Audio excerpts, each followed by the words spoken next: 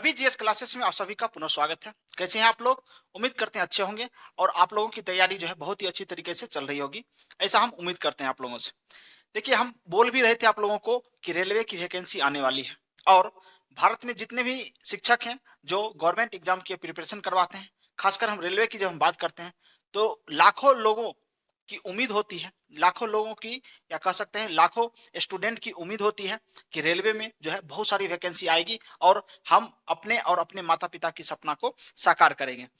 ऐसा उम्मीद लगाए हुए भारत के बहुत सारे स्टूडेंट जो था उम्मीद लगाए हुए थे ताकि रेलवे की वैकेंसी आए और हम लोगों का सपना पूरा हो सके। लेकिन रेलवे की वैकेंसी आई लेकिन लोगों में जो है निराशा देखने को मिला। हम वैकेंसी की बात कर रहे हैं, जो एएलपी की वैकेंसी आई है, असिस्टेंट लोको पायलट ना, उसकी जो वैकेंसी देखने को मिली है 5696। ये हम बात कर रहे हैं पूरे भारत में। पूरे भारत में जो है 5696 ये वैकेंसी आई है। अब बात ये आती है, क्या ये वैकेंसी सफिशियंट है? जितनी तादाद में छात्र जो है रेलवे का प्रिपरेशन कर रहे हैं उसके अकॉर्डिंग जो है बहुत कम ही वैकेंसी देखने को मिली है। इतना वैकेंसी कम जो आया है, लोगों में निराशा है और ट्विटर कैंपेन भी चला इसके लिए कि वैकेंसी को इंक्रीज किया जाए और ट्रेंडिंग में रहा ना, सबसे ज्यादा जो है ट्वीट जो है लोगों के द्वारा किया गया, स्टूडेंट के द्वारा किया गया, टीचर्स के द्वारा भी किया गया ना। तो ट्विटर कैंपेन के माध्यम से भारत के जो रेल मंत्री हैं उनको जो है इस वैकेंसी की तरफ जो है ध्यान आकर्षित करने की कोशिश की गई ताकि बच्चों का भी कुछ मामला है, कुछ मसला है, उसको सुना जाए और वैकेंसी अगर हो सके तो इंक्रीज किया जाए। देखिए, इससे पहले एनटीपीसी की वैकेंसी आई थी ना, ग्रुप डी की भी वैकेंसी आई थी, लेकिन अभी बच्चों का इंतजार है कि ग्रुप डी का वैकेंसी लाया जाए और उसके साथ साथ जो है एलपी और जो टेक्नीशियन की वैकेंसी, टेक्नीशियन तो अभी नहीं दिया गया है, सिर्फ एलपी की वैकेंसी आई है। तो छात्र लोगों से हम अपील करेंगे कि आप लोग जो है कंटिन्यू जो है कैंपेन जारी रखिए और ट्विटर पर ट्वीट करते रहिए, क्योंकि अभी चुनाव भी नजदीक में है ना। तो सरकार जो है इस तरफ ध्यान देगी और जरूर देगी ना। और इसके साथ साथ आप लोग ये भी कैंपेन करिए कि ग्रुप डी की वैकेंसी जल्द से जल्द जो है लाया जाए, क्योंकि जब चुनाव खत्म हो जाता है तो सरकार इधर ध्यान नहीं देती है बच्चों का भविष्य की तरफ। जो गवर्नमेंट एग्जाम प्रिपरेशन कर रहे हैं लाखों छात्र, तो उन छात्रों का भविष्य क्या है ना। तो गवर्नमेंट को ये समझना चाहिए। और इतनी कम वैकेंसी, एक छात्र ने कहा कि सर, पटना जो बोर्ड है उसमें मात्र 38 वैकेंसी है ड्राइवर का। अभी जो वैकेंसी है मात्र 38 वैकेंसी है और बिहार में दो बोर्ड है, एक बोर्ड है मुजफ्फरपुर, वहां भी 38 वैकेंसी है, दोनों जगह 38 वैकेंसी है। तंज कसते हुए, मजाक करते हुए एक छात्र ने कहा कि सर, बिहार में लोकसभा सीट 40 है और पटना बोर्ड में जो वैकेंसी है ड्राइवर का वो है 38 है। तो आप बताइए हमको, लोकसभा चुनाव का प्रिपरेशन करना चाहिए या ड्राइवर की वैकेंसी का प्रिपरेशन करना चाहिए? तो हमने उन छात्रों से कहा कि देखिए, ये तो हो गई मजाक वाली बात, क्योंकि लोकसभा का इलेक्शन होता है, सिलेक्शन नहीं होता है। और ये जो एलपी की वैकेंसी आई है इसमें आपका सिलेक्शन होगा, इलेक्शन नहीं होगा। मतलब आप अपनी योग्यता से जो है इसमें सेलेक्ट हो सकते हैं, लेकिन आपके पास कितना भी योग्यता रहे, आप लोकसभा सदस्य नहीं बन सकते। इसके लिए बहुत ज्यादा फैक्टर है, क्योंकि इसमें जनता डिसाइड करती है कि कौन लोकसभा सदस्य बनेगा ना। तो एक ये बात तो हो गई अलग ना। अब हम बात करते हैं कि टेक्नीशियन का वैकेंसी आने वाली है, वो भी आएगी, जरूर आएगी। अभी आप लोग जो है ट्विटर कैंपेन नहीं करेंगे, सरकार को इस ओर ध्यान आकर्षित नहीं करेंगे, तो हो सकता है कि टेक्नीशियन का भी वैकेंसी कम आए और ग्रुप डी का भी वैकेंसी कम आए। जो लाखों छात्र का सपना है कि इस बार जो है रेलवे की जो भी वैकेंसी आएगी हम उसमें सेलेक्ट होकर अपने माता पिता का सपना पूरा करेंगे, उसका सपना धरा का धरा ही रह जाएगा। इसलिए जैसे ही ट्रेंडिंग जो है चलता आ रहा है कि रेलवे जब वैकेंसी लाती है तो बहुत ज्यादा वैकेंसी लाती है ना, लाती है तो फिर 3-4 साल से पहले वो कंप्लीट नहीं करवाती वैकेंसी को ना। तो अभी ऐसा कुछ भी ना हो, इसलिए आप लोग अभी से तैयार रहिए, क्योंकि सरकार एक बार चुनाव करवा लेगी, उसके बाद सरकार इस तरफ ध्यान नहीं देती है ना। अब 2019 में, क्योंकि 2019 में चुनाव हुआ था ना, और उसके बाद क्योंकि 14 में हुआ था, 14/5/19, और 19 के बाद हो रहा है 24 में। तो 19 में जो वैकेंसी आया था उसको सरकार 2023 में कंप्लीट करवाई थी, और अब वैकेंसी आएगी, कब कंप्लीट कराएगी इसका कोई भी जो है आकलन नहीं किया जा सकता है। तो आप लोग जो है इस तरफ ध्यान दीजिए। और जितने भी छात्र हैं हम ये कहेंगे, आप लोग अपने स्टडी को कंटिन्यू रखिए, क्योंकि स्टडी पर इसका फोकस नहीं होना चाहिए ना। इसका कोई भी प्रभाव नहीं होना चाहिए स्टडी पर। आप कंटिन्यू अपने पढ़ाई को भी जारी रखिए और साथ साथ जो है अगर ट्विटर कैंपेन चलाया जाता है तो उस पर भी ध्यान दीजिए, क्योंकि वो भी आपके लिए जरूरी है। और शिक्षक लोग तो आप सभी के साथ खड़े हैं, हमेशा खड़े रहेंगे, दिन रात आप लोगों के साथ मेहनत करते हैं। वो भी चाहते हैं कि आप लोगों का जो है सपना पूरा हो और आप लोग जो है अपने मंजिल को प्राप्त कर सकें। तो हम जब पढ़ रहे थे फिजिक्स, फिजिक्स हम कंप्लीट कर चुके थे। हम बोले थे आपको कि हम बायोलॉजी और फिजिक्स को पैरेलल लेके चलेंगे। एक चैप्टर हम लोग फिजिक्स का पढ़ेंगे, एक चैप्टर हम लोग बायोलॉजी का पढ़ेंगे। इससे क्या होगा कि रेलवे में आने वाली वैकेंसी, चाहे बिहार में कोई वैकेंसी हो, उत्तर प्रदेश में कोई वैकेंसी हो, यानी नॉर्थ इंडिया यानी हिंदी भाषी क्षेत्र में जितने भी वैकेंसी आती है, उन सभी वैकेंसी में जो है हम जो भी पढ़ाएंगे आपको काम आने वाली है। जो भी गवर्नमेंट एग्जाम की आप प्रिपरेशन करते हैं उसमें जरूर ये फायदा मिलने वाला है। साइंस का पोर्शन जो है बहुत सारे एग्जाम में पूछा जाता है, और अभी रेलवे का जो एलपी आया है उसमें तो भर भर के क्वेश्चन रहेगा, आप लिख लीजिए। फिजिक्स केमिस्ट्री बायोलॉजी से भी क्वेश्चन आता है, और ज्यादा आपको फिजिक्स और केमिस्ट्री से देखने को मिलता है, क्योंकि टेक्निकल पोस्ट है और टेक्निकल पोस्ट में टेक्निकल चीज ही पूछा जाता है, नॉन टेक्निकल बहुत कम रहता है, नहीं के बराबर रहता रहता भी है। तो एक और पेपर इसमें, क्योंकि दो एग्जाम इसका होगा, पीटी और मेंस। तो पीटी में तो 75 क्वेश्चन पूछा जाएगा, लेकिन मेंस में जब जाइएगा तो वहां पर 100 क्वेश्चन पूछा जाता है। तो उसके अकॉर्डिंग फिर से आपको तैयारी करना पड़ेगा, उसमें मैथ रीजनिंग भी आता है, तो उस पर भी ध्यान देना पड़ेगा। जरूरी नहीं है कि सिर्फ साइंस पढ़ लेंगे तो रिजल्ट हो जाएगा, ऐसा बिल्कुल भी नहीं है ना। तो हम जो फिजिक्स का जो चैप्टर चल रहा था, डिस्टेंस, डिस्प्लेसमेंट, उसके बाद वेलोसिटी, एक्सेलरेशन, ये टॉपिक हम कंप्लीट कर चुके हैं। और आप वीडियो उसका नहीं देखें तो जाकर देखिए। और बायोलॉजी में हम लोग एक चैप्टर पढ़े जिसका नाम था कोशिका। कोशिका के बारे में हम जो है पूरी तरीके से आपको जानकारी दिए हैं कि कहाँ कहाँ से क्वेश्चन जो है एग्जाम में पूछा जाता है। अगर आप कोशिका के वीडियो नहीं देखें तो जाकर देखिए, तब आपको जो है उत्तक समझ में आएगा, क्योंकि आज जो हम लोग पढ़ने वाले हैं वो उत्तक चैप्टर पढ़ने वाले हैं, और बहुत ही बेहतरीन तरीके से हम लोग जो है उत्तर चैप्टर को हम लोग पढ़ेंगे, और ऐसा क्वेश्चन आएगा यहाँ से तो आप जो है एग्जाम में सॉल्व कर पाएंगे। तो चलिए हम लोग स्टार्ट करते हैं अपने टॉपिक पर। तो ये होगी वैकेंसी की बात, आप थोड़ा सा यहाँ ध्यान दीजिए, और जितने भी छात्र हैं फॉर्म फिलअप करिए और तैयारी में लग जाइए ना, क्योंकि आपके पास टाइम कम है। ऐसा मान के चलिए कि हो सकता है अगर सरकार का ऐसा रहा रवैया तो एग्जाम जो है पहले ही करा सकती है, एक एग्जाम पीटी करा सकती है कम से कम 1-2 महीना में, ऐसा हम उम्मीद करते हैं। चलिए, तो आप लोग तैयारी को कंटिन्यू रखिए, इसका प्रभाव जो आपके प्रिपरेशन पर नहीं पड़नी चाहिए। देखिए, उत्तक जब हम पढ़ते हैं तो जब हम बायोलॉजी स्टार्ट किए थे उसी समय बताए थे कि बायोलॉजी में जितने भी चैप्टर हम लोग पढ़ेंगे उस चैप्टर में देखेंगे कि बायोलॉजी को हम लोग दो भाग में बांटते हैं। एक को बोलते हैं जंतु, दूसरे को बोलते हैं पादप। तो जंतु के भी बारे में पढ़ना रहता है और पादप के बारे में यानी पौधा के बारे में भी पढ़ना रहता है। तो उत्तक भी हम लोग पढ़ेंगे, तो उत्तक में भी हम लोग दो उत्तक की चर्चा करते हैं। एक उत्तक ऐसा होता है जिसको हम लोग कहते हैं जंतु उत्तक। क्या कहते हैं? जंतु उत्तक, जिसको हम लोग कहते हैं एनिमल टिश्यू, एनिमल टिश्यू। और दूसरा जो उत्तक होता है उसको हम लोग बोलते हैं पादप उत्तक, पादप उत्तक। इसको बोलते हैं प्लांट टिश्यू, प्लांट टिश्यू, पादप उत्तक। तो उत्तक में जो है जंतु उत्तक भी होता है और पादप उत्तक भी होता है। तो हम क्या करेंगे कि जंतु उत्तक अलग पढ़ेंगे और पादप उत्तक को अलग पढ़ेंगे, लेकिन साथ में ही पढ़ेंगे। उससे क्या होगा, आपका उत्तक चैप्टर पूरी तरीके से समाप्त हो जाएगा। ये नहीं कि अभी जंतु उत्तक पढ़ लेते हैं, जब पादप पढ़ेंगे तब वहां पर पादप पढ़ेंगे, ऐसा बिल्कुल नहीं है। क्योंकि हम चाहते हैं अगर कोई एक चैप्टर पढ़ाया जाए वो चैप्टर पूरी तरीके से कंप्लीट होनी चाहिए। जैसे कोशिका हम लोग पढ़े तो पादप कोशिका की भी चर्चा किए और जंतु कोशिका की भी चर्चा किए, ये दोनों कोशिका की हम लोग जो है चर्चा कर चुके हैं ना। तो उम्मीद करते हैं आपको वो समझ में आया होगा कोशिका। अब उत्तक भी आएगा, हम जिस प्रकार से आपको बताएंगे आप सही से वीडियो को देखिए, और एकदम एकाग्र होकर, जो कंसंट्रेशन होता है आपका वो लैक नहीं होनी चाहिए। पूरा कंसंट्रेशन ध्यान लगाकर वीडियो को देखिए और नोट करते जाइए। कॉपी में नोट करिएगा तो आपको ज्यादा समझ में आएगा और ज्यादा जो है दिमाग में रहेगा भी कि जो चीज आप पढ़ते हैं। तो हम जो है एक एक करके दोनों की चर्चा करेंगे। तो इससे पहले हम लोग देखते हैं आखिर उत्तक कहाँ किसे जाता है, उत्तक की परिभाषा क्या होता है। तो उत्तक जो होता है एक समान कोशिकाओं का समूह होता है, एक समान, एक समान कार्य करने वाली कोशिकाओं के समूह, कोशिकाओं के समूह को उत्तक कहा जाता है, कहा जाता है। ये आपका हो गया परिभाषा। किसका परिभाषा हो गया? तो उत्तक का परिभाषा आपको देखने को मिल गया। यहां से ये परिभाषा आपको नोट करना पड़ेगा कि उत्तक कहते हैं किसको है।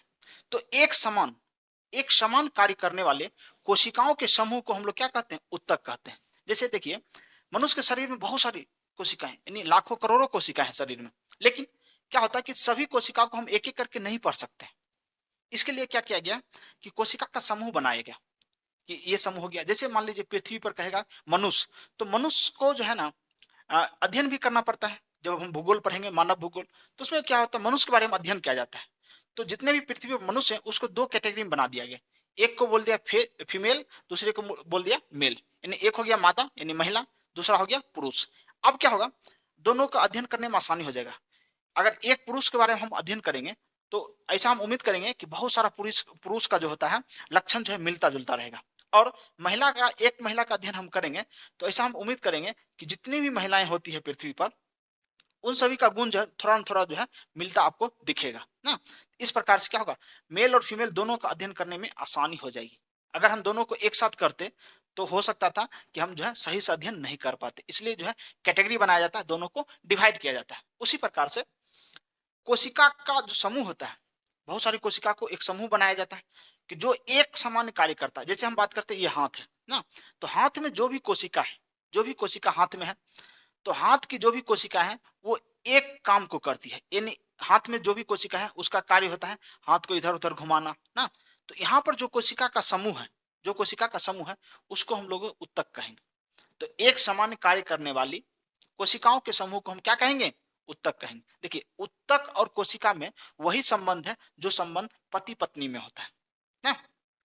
तो जितना संबंध अच्छा रहता है पति पत्नी में, उतना ही संबंध अच्छा है किसमें?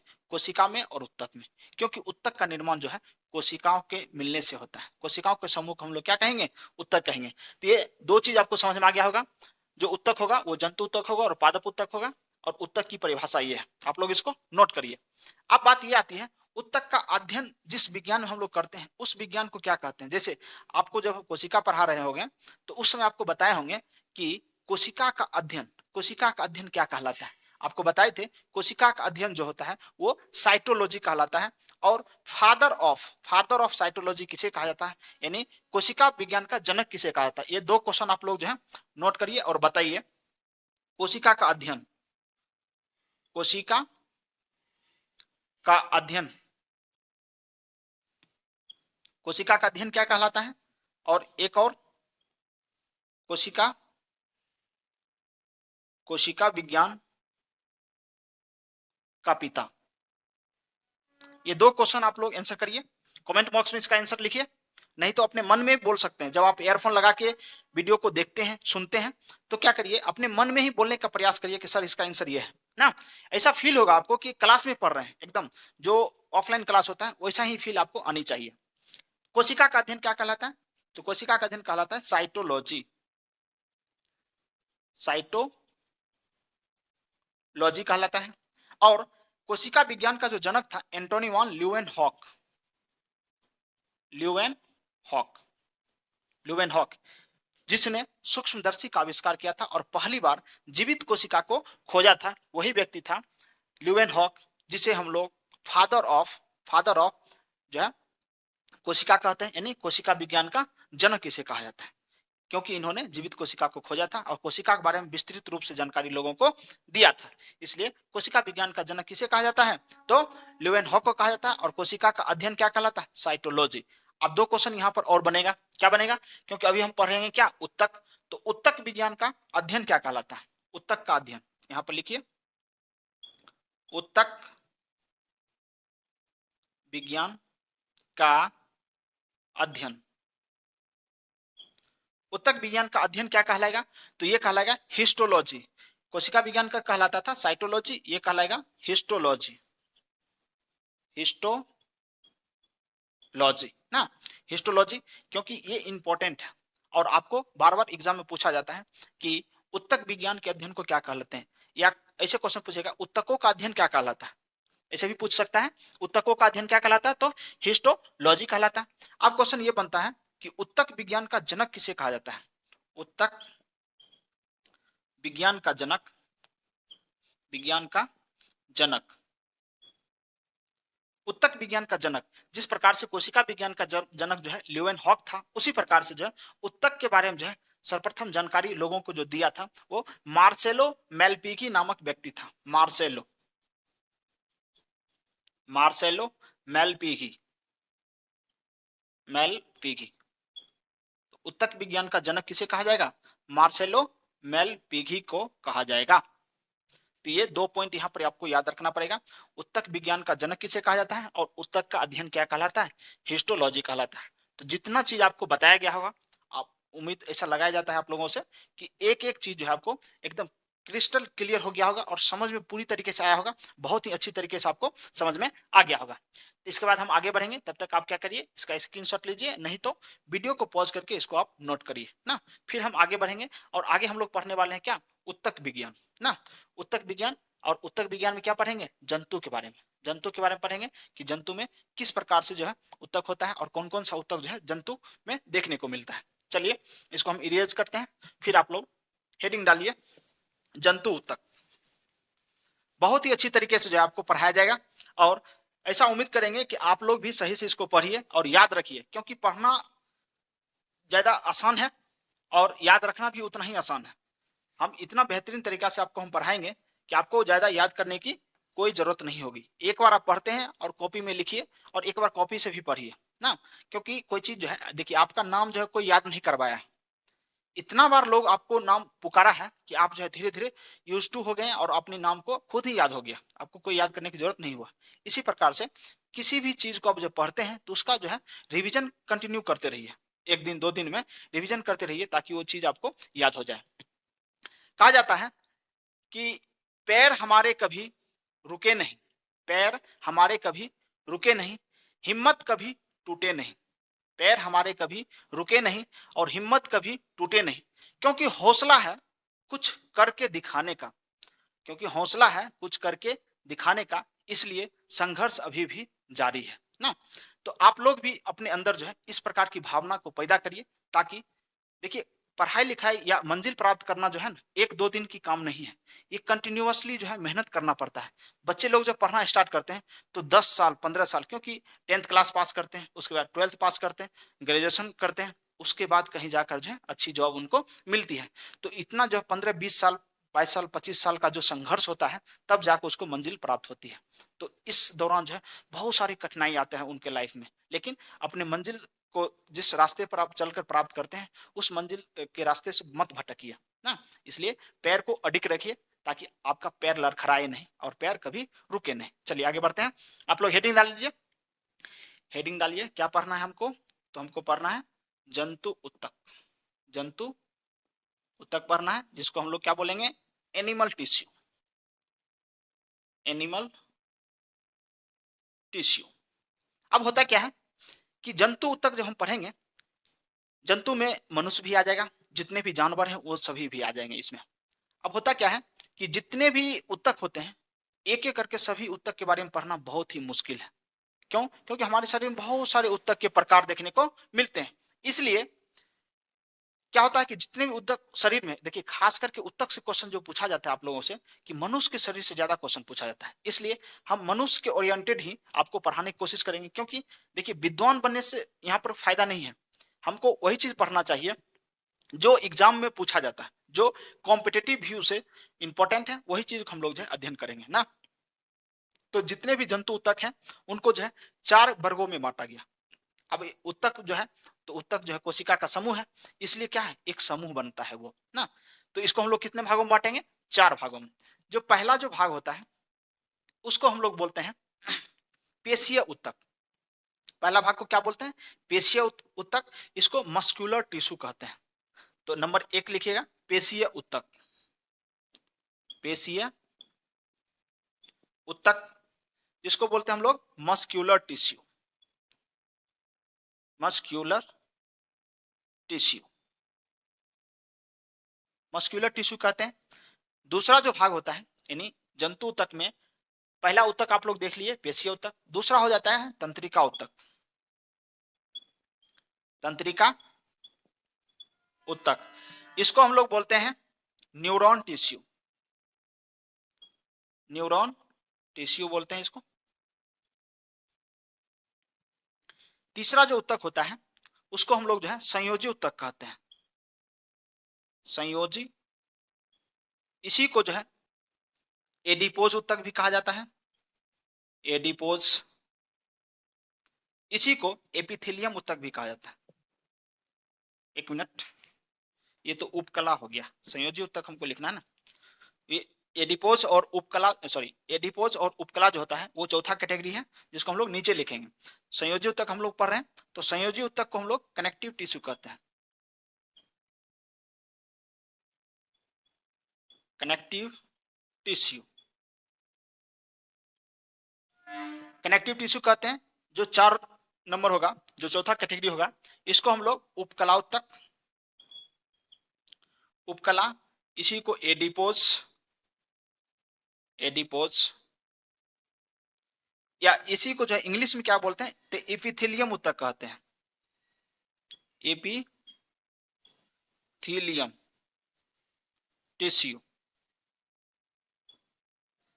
ये 4 प्रकार के जो है ऊतक का समूह जो है हमारे शरीर में पाया जाता है, यानी कोशिकाओं का समूह जो हमारे शरीर में पाया जाता है। जितने भी कोशिका हैं उन सभी कोशिकाओं को जो हम 4 भागों में बांट दिए हैं, और उन कोशिकाओं के समूह को हम लोग क्या कहेंगे, ऊतक कहेंगे। तो पेशीय कोशिकाओं, पेशीय कोशिका के समूह को हम लोग क्या कहेंगे, पेशीय ऊतक कहेंगे। और तंत्रिका कोशिका के समूह को हम लोग जो है तंत्रिका कोशिका कहेंगे। संयोजी कोशिकाओं के समूह को, जितने भी संयोजी कोशिका हैं हमारे शरीर में, उन सभी कोशिकाओं के समूह को हम लोग क्या कहेंगे, तो कनेक्टिव टिश्यू कहेंगे, संयोजी ऊतक कहेंगे। अब हम बात करते हैं उपकला ऊतक, या इसी को बोलते हैं एडिपोज ऊतक, और इसी को इंग्लिश में बोलते हैं एपिथेलियम ऊतक। तो ये 4 प्रकार की जो है ऊतक आपको देखने को मिलेगा। अब हम क्या करेंगे, एक एक करके सभी के बारे में चर्चा करेंगे, और इससे जो है बहुत ज्यादा क्वेश्चन पूछा जाता है कि जो ऊतक शरीर में जोड़ने का काम करता है उस ऊतक को क्या कहते हैं, तो उस ऊतक को हम लोग संयोजी ऊतक कहते हैं, कनेक्टिव टिश्यू कहते हैं ना। तो आप क्या करिए, इसको नोट करिए, और एक एक करके हम लोग जो है पढ़ने वाले हैं। सबसे पहले पढ़ेंगे हम लोग पेशीय ऊतक ना।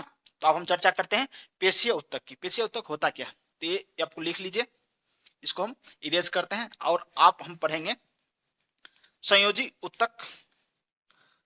देखिए एक एक करके पढ़ लेते हैं, क्योंकि संयोजी ऊतक जो है बाद में पढ़ेंगे, थोड़ा सा अभी पेशीय ऊतक की चर्चा कर लेते हैं। अब देखिए, पेशीय ऊतक जो होता है शरीर में, पेशीय ऊतक जो होता है वो मांसपेशियों से मिलकर बना होता है ना। पेशीय ऊतक जहां भी है वहां पर आपको मांसपेशी देखने को मिलेगा। और शरीर में आप देखते हैं जहां तहां जो है मांसपेशी देखने को मिलता है। जैसे कोई जिम जाता है, जिम जाता है तो उसका शरीर जो है एकदम गठगर हो जाता है, गांठ की तरह हो जाता है, एकदम बॉडी बनाएगा। बॉडी बिल्डर आप लोग देखे होंगे कि बॉडी बिल्डर का जो मैच चलता है उसका भी अपना वो बॉडी दिखाने का रहता है, ऐसे करके दिखाता है ना। तो देखते होंगे जैसे ये करता है ना, पूरा जो है आपका मांस जो है वो एक गांठ की तरह उभर कर सामने आता है, और बहुत ही अच्छा देखने को मिलता है। तो इससे क्या होता है, जो पेशीय ऊतक होता है वो सिकुड़ता है, सिकुड़ता है, जिसको हम बोलते हैं कॉन्ट्रैक्टिव टिश्यू। क्या बोलते हैं, कॉन्ट्रैक्टिव टिश्यू कहते हैं। यानी ये क्या होता है, सिकुड़ता है, और मांसपेशी पूरा एकदम सिकुड़ता है। अब होता क्या है कि पेशीय ऊतक में, पेशीय ऊतक जितने भी शरीर में आपको जो है देखने को मिलेगा पेशी। अब पेशियों की संख्या, जिसको हम लोग मांसपेशी कहते हैं, मांसपेशियों की संख्या अगर आपसे पूछा जाता है, यहां पर आप लिख सकते हैं मांसपेशी, मांसपेशियां जो होती है शरीर में 639 मांसपेशियां होती है। ये आपको याद रखना पड़ेगा, और ये नोट कर सकते हैं आप। हम मनुष्य के शरीर की बात कर रहे हैं कि शरीर में जो है कितनी मांसपेशियां होती हैं, तो 639 मांसपेशियां होती हैं, और मांसपेशियों से ही जो है पेशीय ऊतक का निर्माण होता है, जितने भी मांसपेशी हैं शरीर में। अब होता क्या है कि ये जो है शरीर को जो है बाहरी आघात से हमको बचाता है। इसका कार्य क्या होगा, जो पेशीय ऊतक है उसका कार्य क्या होगा, तो शरीर में बाहरी बाहरी आघात, आघात से सुरक्षा प्रदान करना, सुरक्षा प्रदान करना। देखिए होता क्या है कि आप लोग देखे होंगे कोई लड़का पतला है, कोई लड़की पतली है। लड़का पतला रहता है तो उसको हम लोग सुखलका बोलते हैं, और लड़की पतली रहती है तो उसको हम लोग सुखलकी कहते हैं ना। तो सुखलका सुखलकी कब होता है, जब उसके शरीर में मांसपेशी कम उत्पन्न होता है, यानी मांसपेशी की जो कोशिका है, पेशीय कोशिका, उसकी वृद्धि कम होती है, तब जो है वो व्यक्ति पतला होता है, वो लड़की जो है पतली होती है ना। अब होता क्या है कि जिसके शरीर में मांसपेशी कम होगा यानी पेशीय ऊतक कम बनेगा, उसमें क्या होगा, हड्डी ज्यादा दिखेगा। हड्डी ज्यादा दिखेगा तो जब उसको पीटिएगा मारिएगा तो हड्डी पर चोट लगेगा, इसलिए उसको ज्यादा जो है चोट की अनुभूति होगी। लेकिन जो आदमी एकदम मोटा ताजा होता है, जिसके शरीर में जो है ज्यादा मांसपेशियां होती है, उसको आप लोग एक चट मारिएगा भी तो उतना चोट का अनुभूति उसको नहीं होगा, उतना दर्द नहीं होगा। क्यों? क्योंकि मांसपेशी जो होती है वो चोट को सहने की क्षमता इसके पास है। इसके पास क्या है? चोट को सहने की क्षमता है। तो यहां पर आप लिख सकते हैं चोट, चोट की अनुभूति, अनुभूति कम होती है, कम होती है ना। यानी जिसके शरीर में जो है मांसपेशी अधिक होगा, जो पेशीय ऊतक है इसकी संख्या अधिक होगी, ये अधिक मात्रा में होगा, उसके शरीर में चोट की अनुभूति कम होगी। उसको कोई पीटेगा भी तो उसको उतना अनुभव नहीं होगा, उसको उतना चोट नहीं होगा, उतना दर्द नहीं होगा, जितना कि हड्डी जिस लड़के में या जिस लड़की में सिर्फ हड्डी ही हड्डी है, मतलब मांसपेशी बहुत कम है, एकदम पतला दुबला सा है, हड्डी दिखता है ऐसे करके चलता है तो ना, तो उसमें जो है ज्यादा अनुभूति होगा, उसको चोट लगेगा, थोड़ा सा भी दर्द जो है अधिक देखने को मिलेगा। लेकिन जिसके पास ये पेशीय ऊतक है, मांसपेशी है, उसमें जो है इस प्रकार के जो है चोट की अनुभूति बहुत ही कम होगी। इस प्रकार हम कह सकते हैं कि जो पेशीय ऊतक होती है वो शरीर को क्या कहती है, बाहरी आघात से, बाहरी आघात से सुरक्षा प्रदान करता है ना। तो आगे हम बात करेंगे कि मांसपेशी जो 639 मांसपेशी है, उन मांसपेशियों को जो है ना तीन कैटेगरी में बांट दिया गया। तीन कैटेगरी में इसको क्या कर दिया गया, बांट दिया गया। एक कैटेगरी को बोलते हैं ऐच्छिक मांसपेशी, दूसरा को बोलते हैं अनैच्छिक मांसपेशी, और तीसरा को बोलते हैं हृदयिक, जिसको हम लोग कार्डियक मांसपेशी कहते हैं। तो ये तीन कैटेगरी में इसलिए बांटा गया क्योंकि इतना जो 639 जो मांसपेशी है उसका अध्ययन हम किस प्रकार से कर सकते हैं, तो उसको अध्ययन करने के लिए जो है तीन कैटेगरी उसको बना दिया गया ना। अब इसको नोट कर लीजिए, हम पढ़ेंगे मांसपेशी, तो मांसपेशी को हम लोग तीन भागों में बांटेंगे, इसको आप नोट करिए। ये अभी क्या पढ़ लिए आप लोग, पेशीय ऊतक। तो पेशीय ऊतक का काम है कि जितनी भी मांसपेशियां हैं वहां पर जो है उत्तक का निर्माण होता है, और वहां पर जो है जब उत्तक अधिक संख्या में बन जाता है तो शरीर को क्या करता है, बाहरी आघात से रक्षा करता है, और शरीर अच्छा भी देखने को लगता है। जैसे ही मांसपेशी जिसके नहीं होता कि आप 6 एब्स बनाता है ना, एब्स क्यों बनाता है, ताकि वही सब मांसपेशी जो है वो दिखे थोड़ा अच्छा से, इसलिए जो है एक्सरसाइज किया जाता है, जिम में जाके जो है मेहनत करता है लोग, ताकि जो है बॉडी बन सके, बॉडी बन सके। और वो क्या होता है कि मांसपेशी सिकुड़ के जो है एक गांठ बन जाता है, इसीलिए पेशीय ऊतक को हम लोग जो है एक और नाम से जानते हैं, जिसको हम लोग कॉन्ट्रैक्टाइल टिश्यू कहते हैं। कॉन्ट्रैक्टाइल, कॉन्ट्रैक्टाइल टिश्यू, टिश्यू बोलते हैं, या इसी को बोलते हैं खिंचाव, या कह सकते हैं खिंचाव ऊतक। खिंचाव ऊतक यानी इसमें क्या होता है, खिंचाव उत्पन्न होता है, ये सिकुड़ता है ना, सिकुड़ कर जो है एक गांठ जैसा बन जाता है, एकदम गांठ, और बहुत ही मजबूत वो देखने को मिलता है। ये आप लोग हैंड पर, यहाँ पर हाथ पर देखते होंगे, पूरा टाइट हो जाता है। क्यों टाइट होता है? क्योंकि मांसपेशी जो है वहां पर सिकुड़ के जो है एकदम गांठ की तरह सख्त हो गया है, उस पर कोई मारता भी है आपको उतना चोट की अनुभूति नहीं होती है। इसलिए हम इस उत्तक को, जो पेशीय उत्तक है, इसको हम लोग क्या कहते हैं, इसको हम लोग कॉन्ट्रैक्टाइल टिश्यू कहते हैं। क्यों कहते हैं? क्योंकि ये सिकुड़ता है, जिम उम जाता है तो ये क्या होता है, बार बार ऐसे ऐसे करने से वो क्या होता है, सिकुड़ कर पास आ जाता है, पास आ जाता है, जिसके चलते वो बहुत ही ज्यादा टाइट हो जाता है और सख्त हो जाता है, वहां पर चोट नहीं लगता है। चलिए आगे बढ़ते हैं। अब हम बात करेंगे कि मांसपेशी के बारे में। तो मांसपेशी जो होता है ये तीन प्रकार का होता है, या कह सकते हैं जितने भी मांसपेशी हैं 639, उन सभी मांसपेशी को जो है तीन कैटेगरी में बांटा गया है। तीनों कैटेगरी का नाम आप लोग देख लीजिए। ये हो गया मांसपेशी। मांसपेशी को हम लोग तीन भागों में बांटते हैं। कौन कौन? एक हो जाएगा ऐच्छिक, ऐच्छिक। दूसरा हो जाएगा अनैच्छिक, अनैच्छिक। तीसरा हो जाएगा हृदयिक, हृदयिक यानी कार्डियक बोलते हैं इसको, या हृदयिक बोलिए। अब होता क्या है कि शरीर में बहुत सारे ऐसे मांसपेशी हैं जिसके चलते शरीर का मूवमेंट होता है। जैसे आप हाथ को ऐसे ऐसे हिलाते हैं, किसी भी डायरेक्शन में आप हाथ को ऐसे ऐसे हिलाते हैं, किसी भी डायरेक्शन में, तो ये हिलाने का काम, जो हाथ को मूवमेंट करने का काम कौन करता है, मांसपेशी के द्वारा किया जाता है। अगर शरीर में मांसपेशियां कमजोर पड़ जाएं, या मांसपेशी जो है अनएक्टिव हो जाए, एक्टिव नहीं रहे, तो आप जो है अपने अंग को जो है अपनी इच्छा अनुसार जो है मूव नहीं करा सकते हैं। इसको मूव कराने के लिए किस मांसपेशी की आवश्यकता होती है? तो ऐच्छिक मांसपेशी की आवश्यकता होती है। तो जिस अंग को आप कंट्रोल करते हैं अपनी इच्छा अनुसार, जैसे आप हाथ को हम ऐसे हिलाएंगे, मन करेगा मेरा तो हिलाएंगे, नहीं तो हम ऐसे रखेंगे ना। तो ये हमारी इच्छा पर डिपेंड करता है। इसलिए इस प्रकार की मांसपेशी को हम लोग क्या कहेंगे? जैसे पैर का हो गया, जितने भी शरीर में आपकी मांसपेशी आपकी इच्छा की बदौलत चढ़ता है। जैसे अभी हम बोल रहे हैं ना, तो बोल रहे हैं तो क्या होगा, ये माउथ का जो अपर लिप्स और लोअर लिप्स ऊपर ऊपर होते रहता है, ऊपर नीचे होते रहता है, तो हम करते हैं। अगर हम नहीं चाहेंगे तो ये नहीं होगा। इसलिए यहाँ पर जितने भी मांसपेशी हैं उस सभी को कौन सा मांसपेशी कहेंगे? तो ऐच्छिक मांसपेशी कहेंगे, जो आपकी इच्छा अनुसार चले। जैसे शादी जब होता है तो पत्नी पर जो है हुकूमत चलता है, किसका? पति का। पति जो कहता है पत्नी वो मानती है ना। तो पत्नी उस कंडीशन में क्या हो जाएगी? ऐच्छिक हो जाएगी ना। किसके लिए? पति के लिए। पति जो कहेगा, यानी पति की इच्छा अनुसार पत्नी चलती है ना। तो इसलिए उसको क्या कहते हैं? ऐच्छिक मांसपेशी कहते हैं या ऐच्छिक पत्नी कहते हैं। जो पत्नी पति का बात नहीं मानती है उसको हम लोग क्या कहेंगे? अनैच्छिक पत्नी ना। इच्छा अनुसार नहीं चलती है अपने पति की इच्छा। पति कहेगा पूरब चलो तो वो चलेगी पश्चिम, तो वैसी पत्नी को क्या कहेंगे? अनैच्छिक पत्नी। किसके अकॉर्डिंग? तो पति के अकॉर्डिंग। आप देखिए वैसी मांसपेशी जो जो है किसी भी मनुष्य के इच्छा अनुसार कार्य नहीं करती। जैसे मान लीजिए कोई बकलोलिया बैठी है और उसको आप देख रहे हैं, एकदम टकटकी लगा के देख रहे हैं, आंख फाड़ के देख रहे हैं। पता चलेगा कि आंख ऐसे झपका, बकलोलिया उठ के चली गई, और उसको खोज रहे हैं किधर गई किधर गई ना। नहीं कहते, पलक झपकते ही यानी आंख बंद डिब्बा गायब ना। आंख बंद हुआ और आप जिसको देख रहे थे वो गायब हो गई ना। तो होता क्या है कि आंख जो आप ऐसे करके देख रहे थे और पलक झपक गया, इसका मतलब ये हुआ यहाँ पर जो भी मांसपेशी है ना वो अनैच्छिक है, मतलब आपके कंट्रोल में वो नहीं है। यानी आप चाह रहे थे कि आंख बंद नहीं होना, पलक नहीं झपकना, क्योंकि हम उसको देखना चाहते हैं कंटिन्यूअसली, लेकिन ऐसा हुआ नहीं।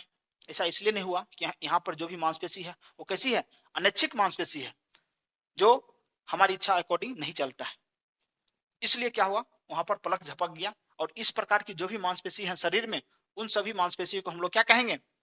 अनैच्छिक मांसपेशी कहेंगे। ठीक है, तो दो मांसपेशी आपको समझ में आ गया होगा, ऐच्छिक और अनैच्छिक। अब तीसरा, क्योंकि देखिए शरीर के अंदर में अधिकांश मांसपेशियां जो है आपको अनैच्छिक मिलेगा। तो हृदय की जो मांसपेशी है ये भी कैसा है? अनैच्छिक है। ये दोनों क्या है? अनैच्छिक है, केवल ये ऐच्छिक है। अब हृदय में जो भी मांसपेशियां होती है, उसके आसपास जो भी मांसपेशियां होती है उसको हम लोग हृदय कहते हैं। और शरीर के अंदर अधिकांशतः मांसपेशी जो होती है, अधिकांश क्या, बहुत ज्यादा सब जो मांसपेशी है, आप जैसे मान लीजिए पाचन तंत्र है, पाचन तंत्र में जो भी शरीर का अंग इन्वॉल्व है, ऐसा उसको नहीं कह सकते हैं आप, बाबू अभी हम खाना खाए हैं, 5 घंटा के बाद पचना, अभी इसको रहने दो ताकि हम जो है आराम से रिलैक्स कर सके। आपका बात वो नहीं मानेगा, क्योंकि खाना अंदर चल जाता है, उसके बाद जो है जो भी सिस्टम है शरीर में, पाचन तंत्र में, वो अपना कार्य करना प्रारंभ कर देता है, वो आपकी इच्छा अनुसार नहीं चलेगा। इसलिए मनुष्य के शरीर के या किसी भी जीव के शरीर के अंदर जितने भी सिस्टम है ना, उस सिस्टम में जो है अधिकांशतः कौन सी उत्तक लगी हुई है? तो ये उत्तक लगी हुई है, जिसको हम लोग पेशिया उत्तक कहते हैं। और पेशिया उत्तक में कौन सी मांसपेशी होती है? तो अनैच्छिक मांसपेशी है, जो आपके कंट्रोल में नहीं है, वो ऑटोमेटिक चलता है, जैसा उसका काम होगा वैसा वो करेगा अपना ना। अब हृदय में, तो हृदय में भी किस प्रकार की मांसपेशी रहता है? तो अनैच्छिक मांसपेशी रहता है। तो इस प्रकार से आप जो है समझ गए होंगे कि पेशीय उत्तक से जो है क्या क्या शरीर में निर्माण होता है। और पेशीय उत्तक जो होता है वो मांसपेशियों से उत्पन्न होता है, और मांसपेशी जो है 3 प्रकार की होती है ना। और कुल मांसपेशी 639 होती है। ये आपको समझ में आ गया होगा। अब देखिए कभी कभी क्वेश्चन पूछा जाता है कि उत्तक की उत्पत्ति जो है सबसे पहले किस जंतु में देखा गया था ना। तो देखिए जलीय जीवों में सबसे पहले देखा गया था। क्यों? क्योंकि जलीय जीवों का ही उत्पन्न जो है पृथ्वी पर हुआ पहले। जलीय जीव की उत्पत्ति पहले हुई। जब कोशिका की हम चर्चा करते हैं, अभी तो रिवोल्यूशन नहीं देखेंगे, जब जीवन की उत्पत्ति के बारे में हम पढ़ेंगे, क्योंकि देखिए अभी पढ़ लेते ना तो आपको उतना बोरिंग फील होता है, समझ में उतना नहीं आता है शुरू में। लेकिन जैसे कोशिका पढ़ लिए, उत्तक पढ़ लिए, और भी 2-4 चैप्टर पढ़ लेंगे, तब हम जब जीवन की उत्पत्ति की चर्चा करेंगे तो आपको बहुत ज्यादा समझ में आएगा। क्यों? क्योंकि कोशिका के बारे में आप लोग पढ़ चुके होंगे, उत्तक पढ़ चुके होंगे, और बहुत सारे और भी जो तंत्र है, अंग तंत्र है, उसके बारे में पढ़ेंगे। तब आपको जाके रिवोल्यूशन ऑफ लाइफ यानी जीवन की उत्पत्ति के बारे में आपको पूरी तरीके से समझ में आएगा ना। अब हम बात करते हैं इसके बाद जो दूसरा जो प्रकार हम जो है उत्तक का प्रकार हम पढ़े हैं, दूसरा तंत्रिका उत्तक, उसके बारे में हम लोग चर्चा करेंगे। तो चलिए आप लोग जो है हेडिंग डाल दीजिए, दूसरा जो है तंत्रिका उत्तक। इसको आप नोट करिए और इसको आप जो है पूरी तरीके से समझ गए होंगे। आप अपनी भाषा में लिखना चाहते हैं तो लिख सकते हैं, वैसी पेशियां जिसको हम कंट्रोल कर सकते हैं ना, उसको हम लोग जो है ऐच्छिक पेशियां कहते हैं, जिसको हम लोग कंट्रोल नहीं कर सकते हैं उसको हम लोग अनैच्छिक कहते हैं। और हृदयिक पेशियां भी एक प्रकार क्या होती है, अनैच्छिक पेशियां होती है, और ये शरीर के अंदर पाया जाता है। हृदय के आसपास या हृदय में जो भी पेशियां होती है उसको हम कैसा बोलते हैं, हृदयिक, या इसी को हम लोग कार्डियक टिश्यू कहते हैं या कार्डियक मांसपेशी कहते हैं। चलिए आगे बढ़ते हैं। दूसरा जो है हम लोग पढ़ने वाले हैं, और उसको जो है हम लोग तंत्रिका उत्तक कहते हैं। तंत्रिका उत्तक, दूसरा जो उत्तक का प्रकार है तंत्रिका उत्तक। यहाँ पर आप हेडिंग दे दीजिए। देखिए तंत्रिका भी नहीं पढ़ना है हमको, क्या पढ़ना है, तंत्रिका उत्तक के बारे में। अब तंत्रिका कहाँ पढ़ना है, जब हम ब्रेन की चर्चा करेंगे ना, वहां पर हम इसको पढ़ लेंगे बढ़िया से। Neuron, neuron tissue. होता क्या है कि आप लोगों को पता नहीं चलता है कि कहां पर क्या चीज पढ़नी चाहिए। आप लोग जो है खिचड़ी बना देते हैं। जैसे डॉक्टर को पता होता है कि किस दवाई को किस प्रकार से खाना चाहिए, किस दवाई को खाने से पहले और किस दवाई को खाने के बाद, किस दवाई को सुबह में खाना चाहिए, किस दवाई को शाम में खाना चाहिए, ये डॉक्टर को भली भांति पता रहता है। अगर आपका मन चढ़े तो सब दवाई को एक ही बार आप खा जाइए तो बहुत ज्यादा गड़बड़ होने लगेगी ना। उसी प्रकार शिक्षकों को पता होता है कि किस चीज को कहां पर पढ़ानी चाहिए और बच्चे को कैसे समझ में आएगा ना, तब जाके आपके दिमाग में जो है एकदम आसानी से समझ में आता है। तो यहाँ पर जो है मेरा टॉपिक क्या है, टॉपिक है उत्तक, टिश्यू पढ़ना है हमको, हमको अंग नहीं पढ़ना है।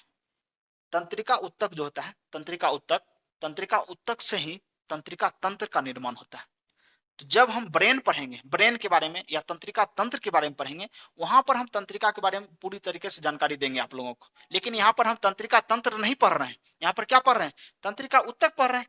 तंत्रिका कोशिकाओं से मिलकर जो उत्तक का निर्माण होता है उसको हम लोग क्या कहेंगे, तंत्रिका उत्तक कहेंगे। तो यहाँ पर इसका परिभाषा भी लिख सकते हैं, तंत्रिका उत्तक किसे कहेंगे, तंत्रिका, तंत्रिका कोशिका, कोशिका से तंत्रिका उत्तक का निर्माण होता है, तंत्रिका उत्तक का निर्माण होता है, निर्माण होता है। आप लोग भी नोट कर सकते हैं, तंत्रिका कोशिका से किसका निर्माण होता है, तो तंत्रिका उत्तक का निर्माण होता है। जितने भी शरीर में, आप तो जानते हैं कि पूरे शरीर में, मनुष्य के शरीर की बात करें या किसी भी जंतु के शरीर की बात करें, पूरे शरीर में तंत्रिका कोशिका का जाल बिछा हुआ है ना। और उस सभी को पूरी तरीके से हम लोग क्या कहते हैं, तंत्रिका तंत्र कहते हैं। तो तंत्र की चर्चा हम बाद में करेंगे, एक चैप्टर है अपने आप में, तंत्रिका तंत्र क्या है, एक चैप्टर है बायोलॉजी का, उसको हम अलग से पढ़ेंगे ना। तो तंत्रिका कोशिकाओं से किसका निर्माण होता है, तंत्रिका उत्तक का निर्माण होता है। अब इसका कार्य क्या है शरीर में, जैसे अभी हम देखें मांसपेशी के बारे में, मांसपेशी हमको क्या करता है, शरीर के आघात से हमको सुरक्षा प्रदान करता है। नहीं, जिसके पास जो है मांसपेशी अधिक रहता है उसको जो है चोट की अनुभूति उतना ही कम होता है। अब हम बात करेंगे इसका कार्य क्या है। इसका कार्य है सूचनाओं का आदान प्रदान करना, सूचनाओं का आदान प्रदान करना, आदान प्रदान करना, सूचनाओं क्या करना, आदान प्रदान करना। जैसे आप रास्ते में चल रहे हैं ना, चल रहे हैं तो क्या हुआ कि आपको कील गिर गया पैर में, पैर में क्या हुआ, कील चुभ गया। अब मैसेज आएगा पैर से कहां पर, ब्रेन के पास, ब्रेन आदेश देगा हाथ को ना, अरे जल्दी से कील को निकालो बाहर, नहीं तो तुमको आगे बढ़ने में बहुत ज्यादा तकलीफ होगी। ठीक है। अब क्या होगा, दूसरा ये होगा, आप जा रहे हैं और आपको कोई ने चाटा मार दिया, एक चाट दे दिया, आपका दिमाग उसमें कैसा काम करता है या आप किस प्रकार की प्रवृत्ति के लोग हैं, वो आपका ब्रेन डिसाइड करता है। अगर ब्रेन जो है अच्छा सोचता है तो कहेगा चलो जाने दो ना, चलो जाने दो, उसको मत मारो, अभी तुमको पढ़ने लिखने का उम्र है, पढ़ता लिखता है, तुम आगे बढ़ेगा, इस लड़ाई झगड़ा में मत उलझो। एक ये हो गया। दूसरा तरीका, अगर ब्रेन आपको कहेगा अरे तुम भी घुमा के दे दो एक चाट, तो आप भी मारिएगा ना। तो इस प्रकार से जो है तंत्रिका तंत्रिका सूचना देती है किसको, ब्रेन को, और ब्रेन जो है वापस से उस अंग को बताता है जिस अंग के द्वारा यह कार्य किया जाता है। तो क्या होता है, सूचना का आदान प्रदान, सूचना जाता है और सूचना वापस भी आता है, दोनों काम। तंत्रिका तंत्र ऐसा पाइप है, तंत्रिका तंत्र ऐसा पाइप है तंत्रिका कोशिका का, जिसके माध्यम से सूचना आता भी है और सूचना जाता भी है। तो इसको बोलते हैं सूचना का आदान प्रदान करना। तंत्रिका उत्तक जो होता है कहां कहां होता है, तंत्रिका उत्तक से शरीर का कौन कौन सा अंग बना होता है। तो एक तो आप तंत्रिका तंत्र देख लिए, दूसरा होता है ब्रेन, जिसको हम लोग मस्तिष्क कहते हैं, मस्तिष्क। उसके बाद जो है मेरु रज्जु, जिसको रीढ़ बोलते हैं, मेरु रज्जु, या इसी को बोलते हैं spinal cord, spinal spinal cord. इसका भी निर्माण किसके कारण होता है? तो तंत्रिका उत्तक के कारण होता है। मस्तिष्क का हो गया, मेरुरज्जु का हो गया, और तंत्रिका तंत्र तो आप जानते ही हैं, तंत्रिका तंत्र। तंत्रिका तंत्र का भी निर्माण किसके चलते होता है? तो ये तंत्रिका उत्तक के कारण होता है। तो आपको समझ में आ गया होगा, तंत्रिका उत्तक से हम लोगों के शरीर में जो है सूचना का आदान प्रदान होता है। इसी तंत्रिका उत्तक से तंत्रिका तंत्र का निर्माण होता है। इसी तंत्रिका उत्तक से जो है ब्रेन का निर्माण होता है। और ये पीछे में जो स्पाइनल रहता है, ऊपर से नीचे तक आप हड्डी जो देखे होंगे, उसमें भी तंत्रिका रहता है ना। तो वही उत्तक से जो है स्पाइनल कॉर्ड यानी रीढ़ की हड्डी का निर्माण जो है, यानी जहां पर रीढ़ होता है, रीढ़ के अंदर देखिएगा स्पाइनल कॉर्ड होता है। तो वही स्पाइनल कॉर्ड का निर्माण किसके द्वारा होता है? तंत्रिका उत्तक के द्वारा होता है। आपको समझ में आ गया होगा, दो उत्तक हम लोग पढ़ चुके हैं और भली भांति आपको समझ में आ गया होगा। पहला था आपका पेशीय उत्तक, दूसरा है तंत्रिका उत्तक। अब तीसरा हम लोग पढ़ेंगे संयोजी उत्तक के बारे में, और बहुत ही अच्छी तरीके से आपको समझ में आ गया होगा दो टॉपिक। अब तीसरा की हम चर्चा करेंगे। अगर आपको वीडियो अच्छा लगता है तो अपने दोस्तों में इसको शेयर करिए, और सभी को बोलिए इस वीडियो को लाइक करें, और उसको भी बोलिए कि आप अपने दोस्तों में इसको शेयर करना। और इस चैनल को, जो मेरा अभी जीएस क्लासेस का चैनल है, इसको आप सब्सक्राइब करिए, ताकि हमको पता चले कितने लोग जो है हम हमारे प्लेटफॉर्म से जुड़े हुए हैं और कितने स्टूडेंट जो है पढ़ते हैं। आप लोग जब लाइक करिएगा तब हमको पता चलेगा कितने लोगों के द्वारा जो हमारा वीडियो पसंद किया जाता है और उनको अच्छा लगता है। और कमेंट बॉक्स में लिखा करिए, कमेंट सेक्शन में जाकर, कि आपको हमारे पढ़ाने का तरीका कैसा लगता है, हम जो पढ़ाते हैं वो एग्जाम में आता है कि नहीं, आपको क्वेश्चन सॉल्व होता है कि नहीं। ये सभी फीडबैक जो है हमको आप देते रहिए, क्योंकि आपके लिए हम मेहनत करते हैं इतना। तो इस मेहनत को जो है आप गलत तरीके से मत यूज करिए, क्योंकि होता क्या कि हम इतना मेहनत करते हैं आपको, आपके लिए, और आप लोग जब सपोर्ट करिएगा, सपोर्ट कैसे करिएगा, हमारी वीडियो को आप लाइक करिएगा अगर अच्छा लगता है तो, अगर नहीं लगता है इसको डिसलाइक करिए, बगल में डिसलाइक का भी बटन रहता है, ताकि हमको पता चलेगा कितने लोग जो है हमारी वीडियो को डिसलाइक कर रहे हैं, मतलब उनको अच्छा नहीं लग रहा है। अगर आपको अच्छा नहीं लगता है तो कमेंट सेक्शन में लिखिए, हमको जानकारी दीजिए कि सर आपका वीडियो में या आपकी क्लास में जो है हमको ये चीज अच्छा नहीं लगता है ना। प्लीज उस चीज को जो है आप सही करिए। सर आप लोग हेडिंग डाल दीजिए, संयोजी उत्तक, संयोजी उत्तक, कनेक्टिव टिश्यू, कनेक्टिव टिश्यू, संयोजी उत्तक। कनेक्टिव टिश्यू के बारे में जब चर्चा करते हैं तो इसका काम क्या है? इसका काम है जोड़ कर रखना। जितने भी मांसपेशी हड्डियां होती है, या बहुत सारे जो अंग होता है, जैसे हम ब्लड की बात करते हैं, तो ब्लड का भी निर्माण किसके कारण होता है? तो संयोजी उत्तक के कारण होता है। और हड्डी, जितने भी बोन्स है हमारे शरीर में, उन सभी का निर्माण जो है वो किसके कारण होता है? तो यही संयोजी उत्तक के कारण होता है। और लसिका की बात कर लें, उसका भी निर्माण जो है संयोजी उत्तक के कारण होता है। चलिए आगे बढ़ते हैं और इसको देखते हैं कि इसका फंक्शन क्या है, कार्य क्या है। तो कार्य जो होता है, इसका कार्य जो है, बहुत सारे जो है हड्डी होता है, हड्डी और मांसपेशी, उन सभी को जोड़ने का काम संयोजी उत्तक का काम करता है। तो इसका जो है निर्माण किससे होता है? तो देखिएगा, रक्त, रक्त यानी ब्लड, ब्लड हो गया। उसके बाद जो है हड्डी, हड्डी और लसिका, लसिका, इन सभी का निर्माण, इन सभी का निर्माण जो है किसके कारण होता है? तो यही जो है संयोजी उत्तक होता है। आप लोग पढ़े होंगे रक्त कैसा है, तो रक्त जो होता है तरल संयोजी उत्तक होता है ना। तरल संयोजी उत्तक जो है वो ब्लड होता है, रक्त होता है। और हड्डी भी संयोजी उत्तक से मिलने से जो है हड्डी का निर्माण होता है। और लसिका, जब आप रक्त पढ़ेंगे तो रक्त में हम बताएंगे कि लसिका भी होता है ना। तो जब रक्त चैप्टर पढ़ेंगे, क्योंकि रक्त का एक अलग ही चैप्टर है, वहां पर आपको लसिका के बारे में बताया जाएगा पूरी तरीके से। यहाँ पर हम सिर्फ चर्चा ये करेंगे कि संयोजी उत्तक के बारे में। तो संयोजी उत्तक जो होता है किस अंग के निर्माण में सहायक होता है? तो याद करिएगा, ब्लड, हड्डी ना। अब होता क्या है कि आपसे क्वेश्चन पूछा जाता है कि हड्डी हड्डी को जोड़ने का काम किस पेशी के द्वारा किया जाता है ना। तो क्या होता है कि देखिएगा, हड्डी और हड्डी को, हड्डी प्लस हड्डी को जोड़ने का काम जो होता है, हड्डी प्लस हड्डी को जोड़ने का जो काम करता है वो करता है आपका लिगामेंट करता है ना, लिगामेंट। अब एक होता है हड्डी और मांसपेशी को हड्डी प्लस मांसपेशी, हड्डी प्लस मांसपेशी को कौन जोड़ता है? तो टेंडन। हड्डी और मांसपेशी को कौन जोड़ता है? तो टेंडन जोड़ता है। आपसे एक क्वेश्चन पूछा जाता है, हड्डी हड्डी को जोड़ने का काम कौन से ऊतक के द्वारा किया जाता है? तो ये संयोजी ऊतक है, और हड्डी को हड्डी से जोड़ कर रखता है ना। और हड्डी को मांसपेशी से कौन जोड़ता है? तो ये पेशी हो जाएगा आपका टेंडन हो जाएगा ना। कभी कभी क्या होता है, कभी कभी आपसे देखा जाता है कि हिंदी में इसका नाम पूछ लिया जाता है, तो इसी को बोलते हैं कांड्रा, कंडरा इसको बोला जाता है ना। और इसको जो है स्नायु बोला जाता है, स्नायु, स्नायु ना। तो ये याद रखिएगा, लिगामेंट को कभी कभी हिंदी में दे देता है स्नायु, और क्योंकि लिगामेंट जो है इंग्लिश वर्ड, इंग्लिश में इसको हम लिखते हैं, टेंडन को भी इंग्लिश में लिखते हैं, और हिंदी में इसको कंडरा बोलते हैं, उसको स्नायु कहते हैं। तो ये 2 पॉइंट आपको याद रखिएगा। तीसरा चीज पूछा जाता है कि मांसपेशी को मांसपेशी से किस ऊतक के द्वारा जोड़ा जाता है, या कह सकते हैं किस संयोजी ऊतक के द्वारा इसको जोड़ते हैं? तो मांसपेशी, मांसपेशी प्लस मांसपेशी, तो वहां पर जो होता है एक पेशी होता है जिसको हम लोग सेलेक्सर पेशी कहते हैं, सेलेक्सर।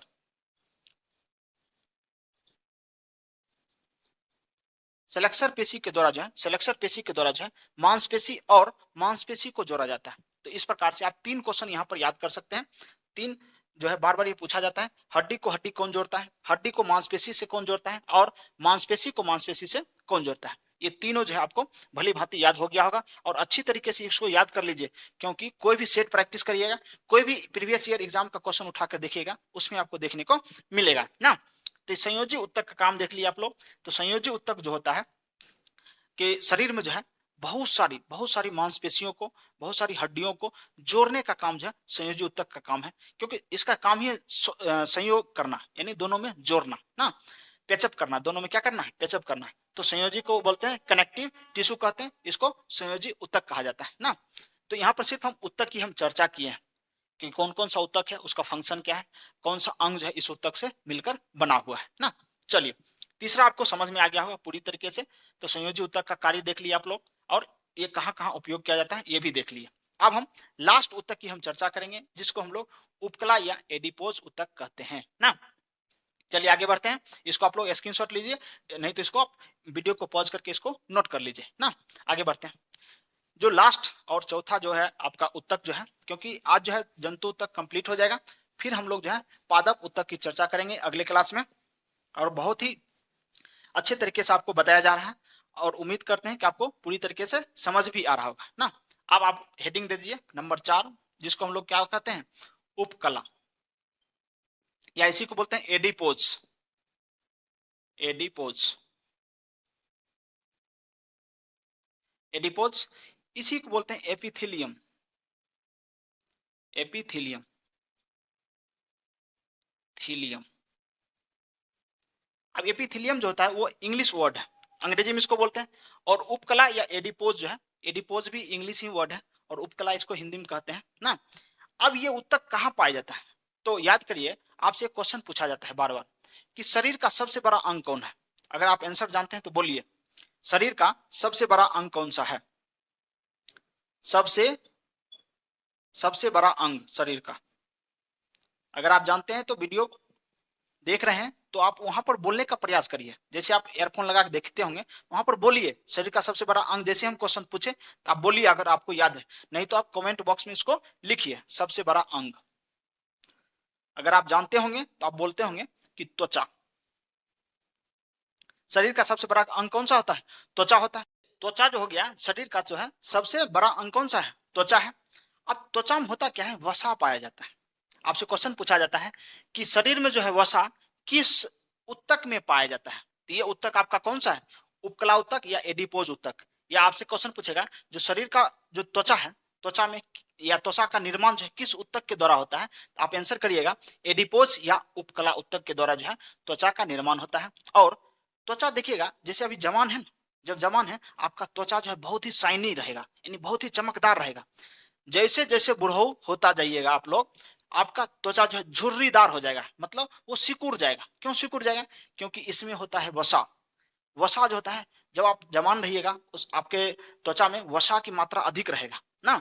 जैसे जैसे आप बूढ़ा होते जाइएगा आपके शरीर में वसा का लेवल जो है धीरे धीरे कम होता जाएगा और आपका त्वचा जो है झुर्रीदार हो जाता है और सिकुड़ जाता है ना। महिलाओं में पुरुषों की तुलना में जो है अधिक वसा देखने को मिलता है ना। ये एडिपोज ऊतक जो है एकदम भर भर के होता है। तो लड़कियां सब अभी जो जैसे ठंडा का मौसम है उन सभी को ठंडा नहीं लगता है। बकलोलिया सब अभी भी टी शर्ट पहन लेगी और रोड पर निकलेगी। लेकिन लड़का सब क्या करता है एकदम, अब उसको बस चलेगा तो रजाई कंबल सब लेके बाहर जाएगा, लेकिन क्या करता है जैकेट उकेट पहन लेगा अच्छी तरीके से ठंड नहीं लगे ना। लेकिन लड़की सबको ठंड लगता ही नहीं है। क्यों नहीं लगता है? क्योंकि लड़की के शरीर में जो है लड़कों की अपेक्षा अधिक वसा होता है और वसा जिसके शरीर में है उसके शरीर में थोड़ा सा टेम्परेचर ज्यादा रहता है ना। तो होता क्या है कि ये वसा जो है वो आपको देखने को मिलता है लड़कियों में अधिक और लड़का में थोड़ा सा कम। तो याद रखिएगा सबसे बड़ा अंग कौन सा है? त्वचा। और इसमें जो है वसा जो है वसा अधिक मात्रा में होता है, अधिक मात्रा में होता है, होता है किसमें? त्वचा में। त्वचा में वसा जो है अधिक मात्रा में होता है और महिलाओं में पुरुषों की अपेक्षा अधिक जो है वसा देखने को मिलता है, जिस कारण महिलाओं को थोड़ा सा गर्मी कम लगता है, सॉरी ठंडी कम लगता है क्योंकि उसके शरीर में टेम्परेचर थोड़ा सा ज्यादा रहता है ना। और लड़कों में ये थोड़ा सा कम देखने को मिलता है। और बुढ़ऊ सब में जो झुर्री पड़ जाता है वो किसके कारण? तो यही वसा या कह सकते हैं उसमें एडिपोस ऊतक की कमी हो जाती है या उपकला ऊतक की कमी हो जाती है और उसमें जो है वसा स्टोर करने की क्षमता कम हो जाता है, इसलिए जो है उसका शरीर झुर्रीदार हो जाता है ना। तो आज की क्लास जो है आप लोगों को कैसा लगा? जो उत्तक के बारे में हम अभी पढ़े हैं, जिस एनिमल उत्तक की चर्चा किए हैं, बहुत ही अच्छी तरीके से आप लोगों को बताया गया। किस प्रकार से ये वीडियो आपको लगा कमेंट सेक्शन में इसको लिखिए कि सर आपका वीडियो जो है बहुत अच्छा लगा या अच्छा नहीं लगा। इस प्रकार से आप लोग फीडबैक दीजिए कमेंट सेक्शन में लिखकर, तब जो है हम लोग क्या होगा कि इतना हम जब मेहनत करते हैं तो और मोटिवेट होंगे। जब आप लोग पॉजिटिव रिस्पॉन्स दीजिएगा तब क्या होगा, हमको अंदर से मोटिवेशन प्राप्त होगा और भी अच्छी तरीके से हम पढ़ा पाएंगे ना। तो होता क्या है कि अपने आसपास के लोगों से आप मिलजुल कर रहिए हमेशा। क्यों? क्योंकि आपके जूते में अगर एक कंकर आ गया तो आपको एक डेग भी बढ़ने नहीं देगा। जिस जूते को आप जो है अपने पास रखते हैं, आपका एकदम साथी हो जाता है कि कोई कांटा उटा ना गरे और हमेशा आप अपने पैर में इसको लेकर चलते हैं, उसी प्रकार से आपका पड़ोसी जो है ना आपके आसपास रहता है ना। तो पड़ोसी से कभी भी आप जो है झगड़ के मत रहिए। अगर पड़ोसी आपका साथ नहीं दे रहा इसका मतलब जो आप आगे नहीं बढ़ पाइएगा। इसलिए पड़ोसियों से मिलजुल कर रहिए, अपने आसपास के लोगों से अच्छी व्यवहार करिए और अपने आप को एक ऐसा बेहतर इंसान बनाइए ताकि महिलाएं आपके साथ सजग, सुरक्षित और सम्मानित महसूस कर सकें। मिलते हैं नेक्स्ट वीडियो में। जय हिंद।